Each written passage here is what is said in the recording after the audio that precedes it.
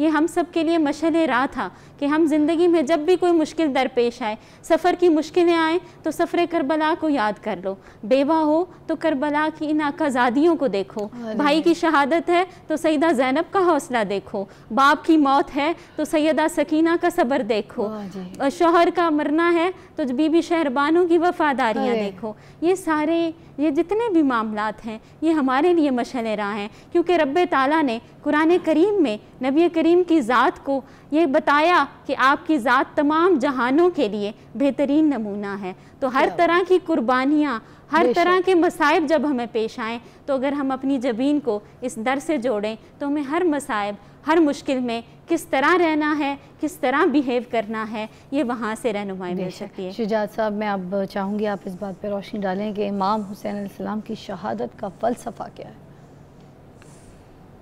میں اس پہ دو باتیں کوئکلی کہہ کے درمیان آ رہا ہوں کہ شروع میں سوال کیا تھا کہ مالک تعالیٰ کے پاس طاقت تو ہے، وہ روک سکتا تھا، ان کے دل ہی بدل دیتا، معاملات ختم ہو جاتے۔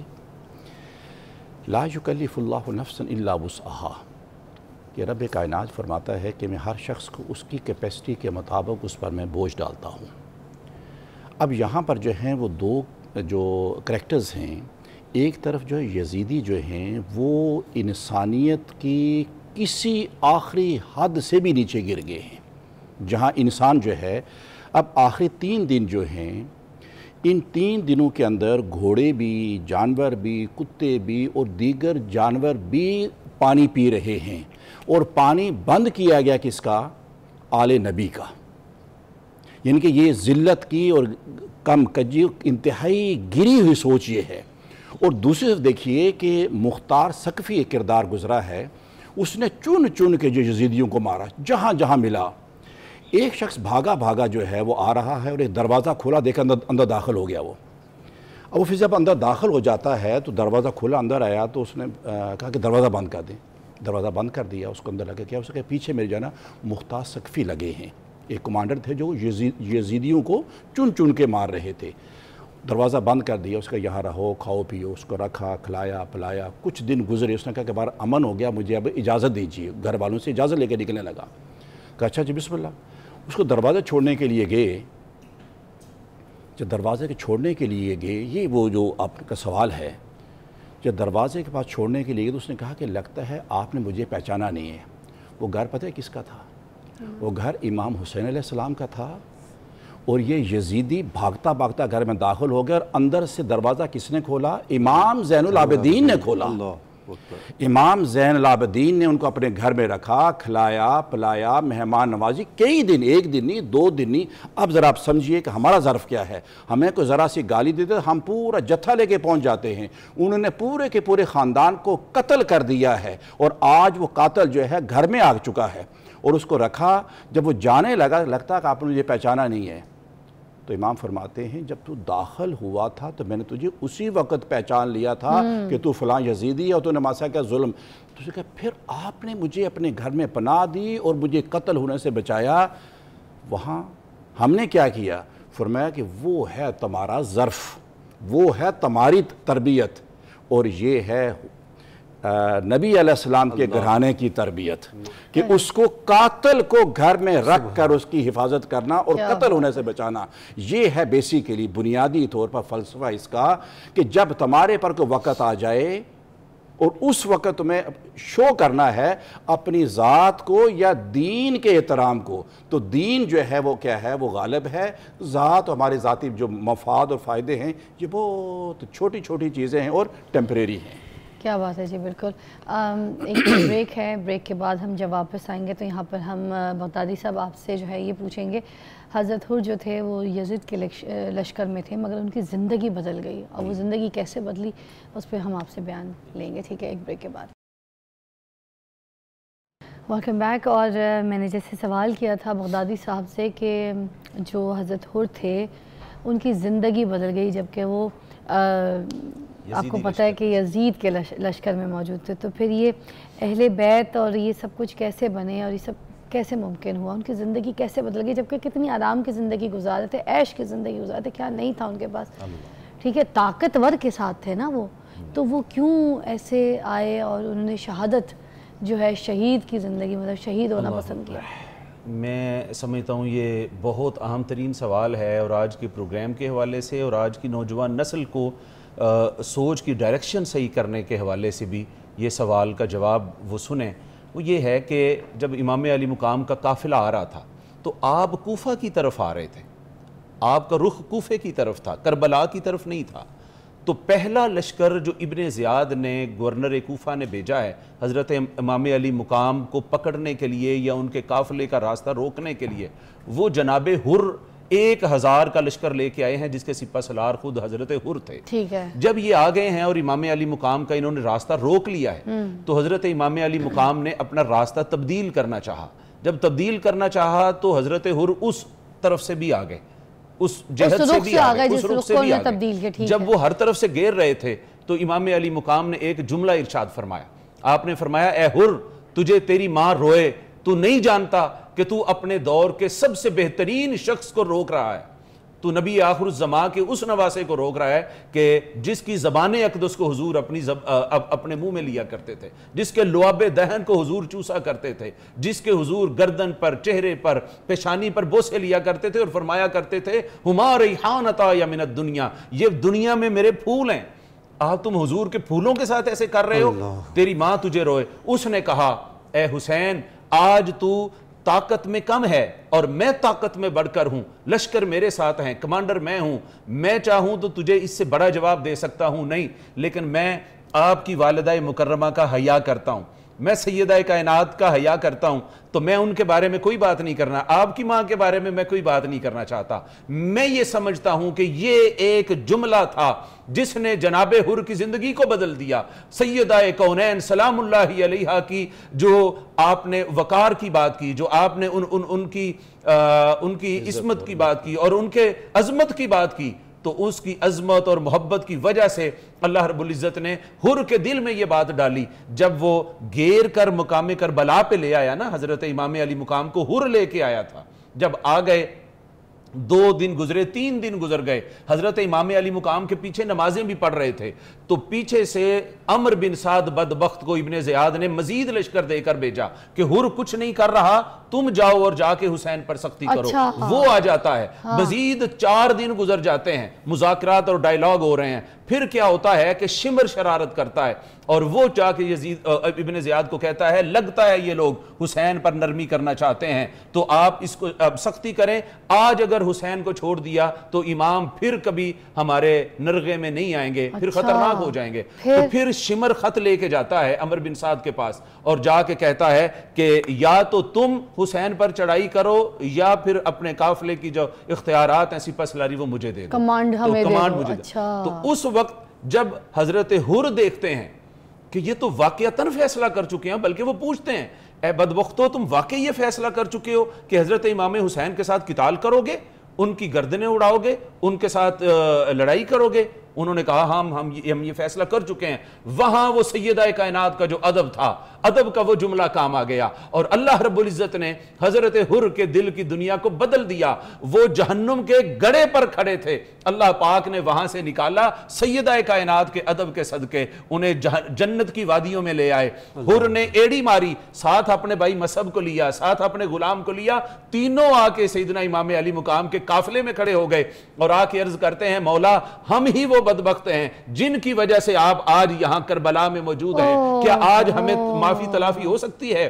اللہ نے ہمارے دل کی دنیا بدل دی، ہمیں اپنے گناہ کا اعتراف ہو گیا، تو آج ہمیں معافی مل سکتی ہے۔ یہ گھرانہ تو ہے ہی معافیاں دینے والا، جیسے پروفیسر شجاع صاحب امام زین العابدین سلام اللہ علیہ کی ایک بات فرما رہے تھے، تو امام علی مقام نے فرمایا ہاں تجھے معافی مل سکتی ہے، کیا آپ کے نانا جان سید الانبیاء بھی مجھے معاف کر دیں گے؟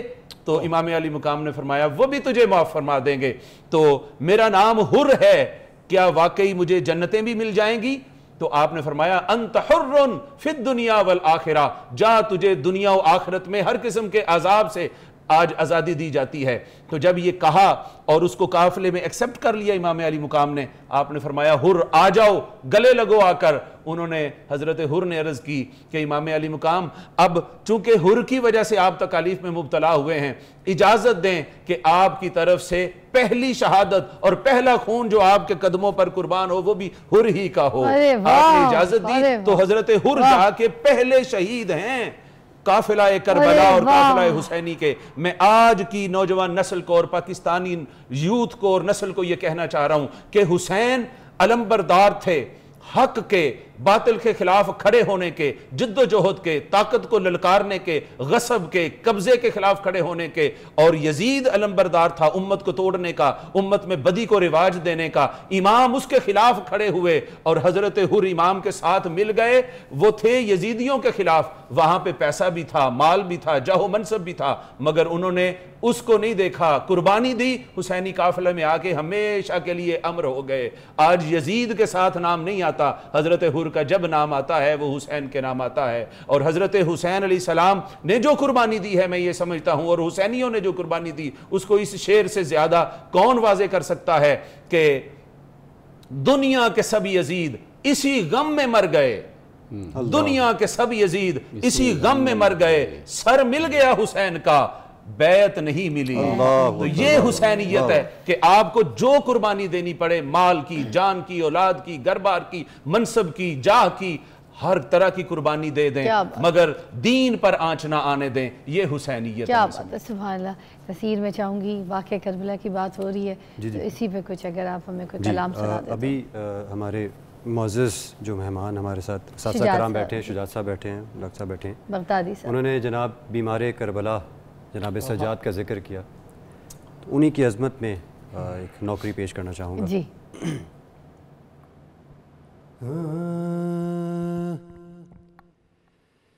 یہ سوچتا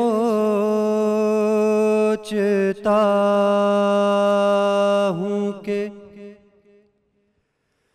عابد کا حال کیا ہوگا، یہ سوچتا ہوں کہ عابد کا حال کیا ہوگا، اسیر ہو کہ وہ جب شام میں گیا ہوگا،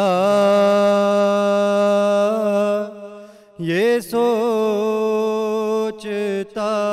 ہوں۔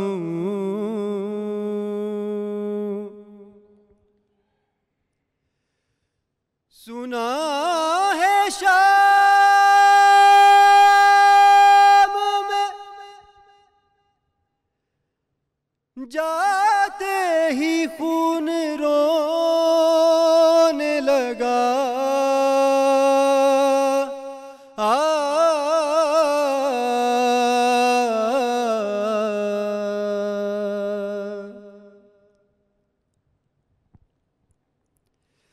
سنا ہے شام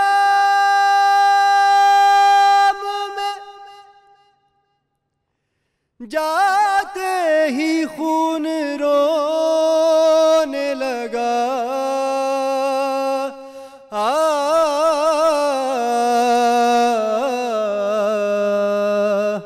نہ جانے شمر نے اس وقت کیا کہا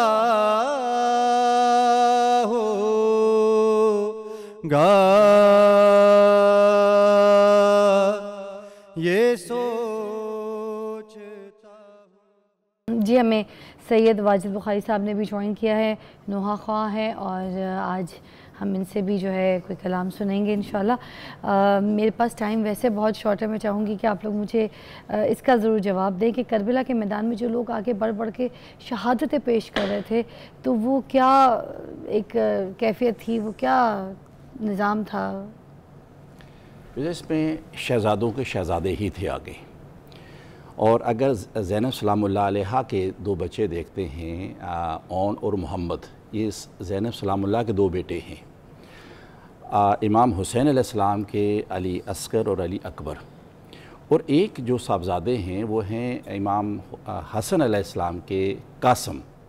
شہزادے قاسم جو ہیں جب سارے شہید ہو رہے ہیں تو مولا خود آگے بڑھنے لگے، تو انہوں نے کہا کہ نہیں، ابھی میں باقی ہوں، کہا کہ نہیں آپ میرے بھائی کی نشانی ہو۔ انہوں نے کہا میرے والد صاحب نے مجھے ایک بات کہی تھی کہ جب کوئی بہت بڑی مصیبت آ جائے تو یہ تعویذ کھول کے دیکھ لینا۔ انہوں نے ایک تعویذ نکالا، وہ تعویذ کھولا تو اس پہ پتہ کیا لکھا تھا؟ اس پہ لکھا تھا کہ میرے بھائی حسین پر کوئی کڑا وقت آ جائے تو شہزادے اس وقت آگے آپ کھڑے ہونا۔ جب وہ تعویذ پڑھا، وہ ایک میسج تھا جو پڑھا اور دیکھا کہ اس پہ یہ لکھا ہوا تھا کہ امام حسین پہ اگر سخت کڑا وقت آ جائے تو بیٹے آپ نے آگے کھڑے ہونا ہے۔ انہوں نے کہا کہ یہ دیکھیے، اس وقت امام حسین علیہ السلام نے کہا کہ میں نے ساری زندگی اپنے بھائی کی کسی بات کو ٹالا نہیں ہے، تو یہ پیغام ہے تو ٹھیک ہے آپ آگے چلے جائیے۔ وہ تلوار لے کر گئے اور وہاں پر شہید ہو گئے۔ جب وہ شہید ہو گئے تو اس کے بعد پھر جو ہے امام خود آگے بڑھے۔ یہاں ایک سے بڑھ کر ایک بھانجے دیکھیے وہ قربان ہوئے، بھتیجے دیکھے وہ قربان ہوئے، اور آخر میں جب اپنی قربانی پیش کر لی، اس یزید بخت کی حکومت سے 3 سال رہی، اور 3 سال میں ایک تو یہ ظلم و ستم کی انتہا ہے۔ اس نے اس کے دور میں 2 شرمناک بدترین واقعات کیا۔ اس نے کعبۃ اللہ پر بھی حملہ کیا اور کعبے کا غلاف تک جلا دیا، اور اس نے مسجد نبوی کے اندر وہاں پر بھی حملہ کیا، اور 3 دن مسجد نبوی میں گھوڑے باندھے، اور 3 دن جو ہے پورے مدینہ کو مباح کرا دیا کہ کوئی حکم تھا کہ کوئی بندہ اپنا دروازہ بند نہیں کرے گا۔ یزید کی فوجیں ہر گھر میں جاتے اور عزتیں لوٹتی رہی، اور کئی ہزاروں خواتین اس کیا ہوئی، اسی عمل میں وہ حاملہ ہوئیں۔ یہ وہ بدبخت ہے کہ 3 سالوں کے اندر واقعہ کربلا، کعبۃ اللہ پر حملہ، اور مدینہ منورہ کے اندر جو اس نے ظلم و ستم کیے۔ اب اندازہ کرے کہ یہ کوئی انسان یا انسانی نام کی کوئی چیز ہے اس کے اندر، یا ان کا تذکرہ یا ان لوگوں کے ساتھ آج جو بھی ظلم و ستم ہو رہا ہے، چاہے وہ غزہ کے اندر ہو رہا ہے، چاہے وہ برما کے اندر ہو رہا ہے، کشمیر کے اندر ہو رہا ہے، یہ سارے کا سارا وہ یزیدی کردار ہے جس کو ہمیں سمجھنا، اور ہمیں اپنے اندر ان اوصاف کو، کیونکہ آخری جو منزل ہے وہ جنت ہے، اور جنت کے جو سردار ہیں، جنت کے جو حکمران ہیں، وہی یہی شہزادگان ہیں۔ اگر اس دنیا میں ہم نے ان کے ساتھ وفا نہ کی تو وہاں پر ہمارا پرسان حال کون ہوگا؟ اچھا جی وزیر جی، میں آپ سے پوچھنا چاہوں گی کہ سیدہ زینب علیہ السلام خطبہ بہت خوبصورت دیتی تھیں، تو خطبے کے تھوڑا سا میں چاہوں گی کچھ آپ واقعات ہمارے ساتھ بیان کر دیجئے، کیونکہ دربار یزید میں انہوں نے کیا خطبہ دیا وہ بیان کر دیں، اور ان کی بہادری کا کیا منظر تھا وہ بھی پیش کر دیجئے۔ کیونکہ وقت کی قلت ہے تو کہا جاتا ہے جب اب وقت کم ہو تو اس کو اشعار میں بیان کیا جائے تو زیادہ خوبصورت، تو میں اس سے شروع کریں گی۔ حسنین کی ہمشیر میری سیدہ زینب، حسنین کی ہمشیر میری سیدہ زینب، اسلام کی تقدیر میری سیدہ زینب۔ یہ ورڈ بڑا قابل غور ہے کہ وہ جو خطبہ تھا اس نے بیسیکلی اس مشن حسینی کو ڈیفائن کیا تھا کہ کس مشن کے لیے، کس مقصد کے لیے امام حسین نے اتنی بڑی قربانی دی۔ وہ بدبخت تو وہاں پہ دربار میں یہ کہنا شروع ہو گئے تھے نا کہ دیکھیں باغی جو تھا جس نے بغاوت کی اس کا کیا انجام ہوا، تو اس لیے یہ والا ہے کہ حسنین کی ہمشیر میری سیدہ زینب، اسلام کی تقدیر میری سیدہ زینب، حق اور شجاعت کا تعارف میرے شبیر، شبیر کی توقیر میری سیدہ زینب، اور کوفہ کے وہ بازار ہوں یا شام کا دربار، کوفہ کے وہ بازار ہوں یا شام کا دربار، لا خوف کی تعبیر میری سیدہ زینب۔ آپ نے نہ صرف دربار شام میں بلکہ آپ نے کوفہ کے بازاروں میں، شام کے بازاروں میں اس طرح اس مقدمے کو لڑا، اس طرح اور اس بہادری کے ساتھ شہادت امام حسین کو بیان کیا کہ کربلا کی روح اگر آج زندہ ہے تو سیدہ پاک کے اس خطبے کی وجہ سے ہے۔ آپ کا خطبہ بڑے خوبصورت پہلو تھے، اس میں شکر سے شروع کیا کہ شکر ہے رب تعالیٰ کا جس نے ہماری یہ قربانیاں قبول فرمائیں۔ اس خطبے کی ترتیب کو دیکھا جائے تو بہت خوبصورتی کے ساتھ آپ نے پہلے شکر سے شروع کیا، پھر ان بدبختوں کا بتایا کہ کس طرح ان بدبختوں نے ظلم ڈھائے، کس طرح انہوں نے اہل بیت کی بھی حرمتیاں کی۔ وہ وہاں پہ اعلان کیے جا رہے تھے نا کہ یہ ہوتا ہے باغی کا انجام، جو حکومت کی بغاوت کرے۔ تو ظاہر ہے دیکھنے میں تو طاقت ان کے پاس تھی، تو جو وہ موٹو وہاں سے دیتے، جو ان کا وہاں سے پیغام ملتا، دنیا میں تو وہی پھیلنا تھا۔ تو علی کی بیٹی کی للکار آج بھی دربار یزید کو ہلا کے رکھ دیتی ہے۔ اس للکار نے یہ واضح کیا کہ حق پہ حسین تھے اور حق کے لیے حسین نے یہ قربانی دی۔ اور آخر میں آپ نے اپنے خطبے میں ان بدبختوں کو ان کے انجام کے بارے میں بھی بتایا کہ یہ جو آج آپ نے آل نبی کے ساتھ کیا ہے اس کا انجام بہت برا ہے۔ اور خطبہ زینب نے دیا تو علی یاد آیا۔ آپ نے اس جرت، اس بہادری اور اس انداز میں خطبہ دیا کہ مولا کائنات کی وہ جو وہاں صحابہ موجود تھے وہ کہتے تھے کہ لگتا ایسے ہے کہ زینب کی شکل ہے اور علی بول رہے ہیں۔ تو اس خطبے نے کربلا کو زندہ کیا۔ بیسیکلی اگر داستان کربلا کو بیان کیا جائے تو یقیناً یہ سیدہ زینب پاک کا خاص قرض ہے ہم سب لوگوں تک کہ ہم تک یہ داستان پہنچی، ورنہ ان بدبختوں نے تو اس داستان کو ختم کرنے کے لیے ہر بار آزمایا تھا۔ یہ اس پاک سید زادی کی بہادری تھی کہ ان مصائب میں، مصائب دیکھیں نا، حالات دیکھیں کون سے حالات ہیں، قیدی بنا کے، بادشاہ ہے، ظالم ہے، پھر وہ انسان بھی نہیں تھا، انسانیت کے قابل بھی نہیں تھا۔ ظالم ہونا تو بہت تھوڑا ورڈ ہے نا، جو انسان ہی نہیں تھا اس کے سامنے آپ نے کس بہادری اور جرت کے ساتھ اس مقدمے کو لڑا کہ تا قیامت کربلا کا واقعہ جو ہے وہ نہ صرف تاریخ میں انسانوں کے دلوں میں رچ بس گیا ہے، یہ سیدہ پاک کا ہم سب کے اوپر بہت بڑا احسان ہے۔ کیا بات ہے جی، بہت خوبصورت بیان کیا۔ ایک بریک لیں گے، بریک کے بعد ہم واپس آتے ہیں اور ہم آج واقعہ کربلا کے اوپر ہی بات کریں گے۔ جی بغدادی صاحب، کیونکہ پروگرام ہمارا ختم پر ہے، مگر میں چاہوں گی کہ یہاں پر سیدنا زینب علیہ السلام کی جو کردار ہے اس کے اوپر کچھ آپ نظر ڈالیں۔ جی بالکل، حضرت علامہ اقبال رحمۃ اللہ علیہ نے سیدہ زینب سلام اللہ علیہا کے حوالے سے جو خراج عقیدت پیش کیا ہے وہ یہ ہے، آپ فرماتے ہیں کہ کربلا میں امتحان حسین ختم است، امتحان زینب شروع است، اور پھر فرماتے ہیں حدیث عشق دو باب است۔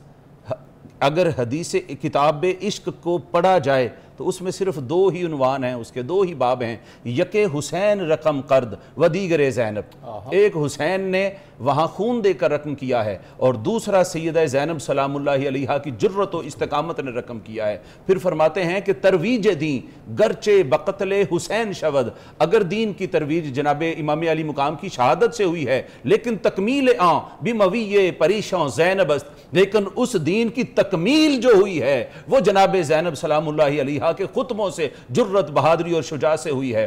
آپ دیکھیں جب یہ شہادتیں ہوتی ہیں اور شہادتوں کے بعد پہلی دفعہ جب بیویاں خیمے سے نکلتی ہیں، جناب امام علی مقام کو وہ دیکھتی ہیں، اپنے بھائی، اپنے شہزادے کو جس کے بغیر کبھی ایک دن نہ رہ پاتی تھی، جس کے لیے شادی میں شرط رکھی تھی کہ میں روز بھائی کو دیکھنے جاؤں گی، میرا بھائی سفر پہ جائے گا اس سفر میں اس کے ساتھ جاؤں گی۔ جب اپنے بھائی کو دیکھا جس کو گھوڑے کے سموں نے آپ کے جسم اقدس کو لخت لخت کر دیا تھا، وہاں آپ نے ایک مرثیہ پڑھا۔ وہ مرثیہ جب میں پڑھتا ہوں میرے رونگٹے کھڑے ہو جاتے ہیں، میری آنکھیں برسنا شروع ہو جاتی ہیں، میری جسم سے جان نکل جاتی ہے۔ آپ نے اپنے نانا کو پکارا، یا محمدہ، یا محمدہ، نانا جان کہاں ہیں؟ کہاں ہیں؟ ھذا الحسین بالعراء، یہ آپ کا حسین بے لباس پڑا ہے، مرمل بالدماء، آج خون اور ریت ایک ہو چکے ہیں، مقتل بالاعضاء، آج اس کے اعضاء کو جوڑ کر بھی حسین دوبارہ ہم نہیں بنا سکیں گے۔ یا محمدہ، صبا تک بنا تک سبا، یا آپ کی بیٹیوں کو قیدی بنا لیا گیا ہے، ذریت تک مقتلہ، اور آپ کی ساری ذریت کو چن چن کر ختم کر دیا گیا ہے۔ تصفی علیہ الصفا، آج صرف خاک ہی ہے جو جناب امام علی مقام کے جسم پر لباس پہنا رہی ہے۔ جب یہ آپ نے جملے بولے، بڑے بڑے شقی القلب ایسے تھے جو رو پڑے، جن کی داڑھیں نکل گئیں اور زمین و آسمان نے رونا شروع کر دیا۔ پھر اسی طرح سیدہ زینب سلام اللہ علیہا جب زیاد کے دربار میں جاتی ہیں، زیاد پوچھتا ہے یہ کون ہے، پھر آپ بڑی جرت کے ساتھ بات کرتی ہیں۔ جب اس کو پتہ چلتا ہے یہ علی کی بیٹی ہے، وہ کہتا ہے بدبخت کہ تم نے دیکھا کہ آج خدا نے تمہارے ساتھ کیا کیا؟ اور تمہارے سارے بڑوں کو قتل کر دیا. آپ نے فرمایا نہیں, خدا نے قتل نہیں کیا, خدا نے تو انہیں اپنی طرف بلایا. وہ بڑی جرت سے, استقامت سے, وقار سے گئے اور انہوں نے مقتل کو گلے لگا لیا. اصل بدبخت تو تم ہو جنہوں نے اس کا ارتکاب کیا. اور پھر یزید کے دربار میں سمجھتا ہوں جس طرح پکارا ہے اس کو شعر کی صورت میں, چونکہ وقت ختم ہو چکا ہے. ختم ہے فصل قماں, بول رہی ہے زینب, کون بولے گا وہاں جہاں بول رہی ہے زینب. نوکے شمشیر سے نہ ہوں کہ ستم کے لشکر, خاموش ہے سب کی زباں, بول رہی ہے زینب. اس سے بڑھ کر تیری ہار اور یزید کیا ہوگی, وہ تیرا گر ہے جہاں بول رہی ہے زینب. تو یزید کے گر میں کھڑے ہو کر اس کو سنایا. یہ ہے زینب. بہت بہت شکریہ واجد صاحب. میں آپ سے معافی چاہتی ہوں کہ میں آپ کو ٹائم نہیں دے سکی ابھی, مگر میں پروگرام کا کیونکہ کانٹینٹ ہمارا اس طریقے کا تھا.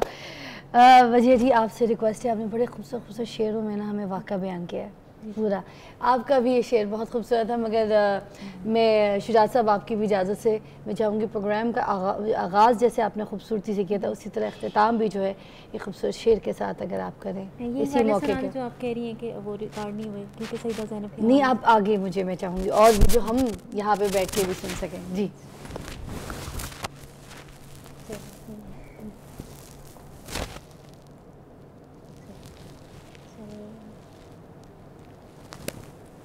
باطل نے سر طلب کیا مولا نے دے دیا, باطل نے سر طلب کیا مولا نے دے دیا, رکھے گا یاد وہ بھی سخاوت حسین کی, دو جگ میں بے مثال شجاعت حسین کی, ہے شان مصطفیٰ کی شہادت حسین. واہ واہ بہت بہت بہت شکریہ آپ سب کی تشریف آوری کا. آج کا جو پروگرام تھا خاص, میں آپ کو بتاؤں اس چیز کو صرف اور صرف ہم نے یہ نہیں کہ ہم نے کہانیاں نریٹ یہاں پہ سنی ہے اور ہم کر رہے ہیں اور اس کو بیان کر رہے ہیں, ہم نے جو کچھ بھی سنا, میں بتاؤں کربلا کی جو قربانی تھی, ساری قربانیاں, ان سب کا مقصد جو جز تھی وہ یہ تھی کہ ہم آج کی زندگی میں ہم اپنی زندگی کو اس طریقے سے لے کے چلے جس طریقے سے وہ لے کے چلے تھے, جس طرح سے ان کی شروعات تھی. تو آج کے جو ہم لوگ ہیں, ہم آج بھی یزید کے غلام ہیں. یزید کے خلاف بولنا شروع کریں, یہ خوف کو ختم کر دیں, حق کی بات کریں. اللہ حافظ.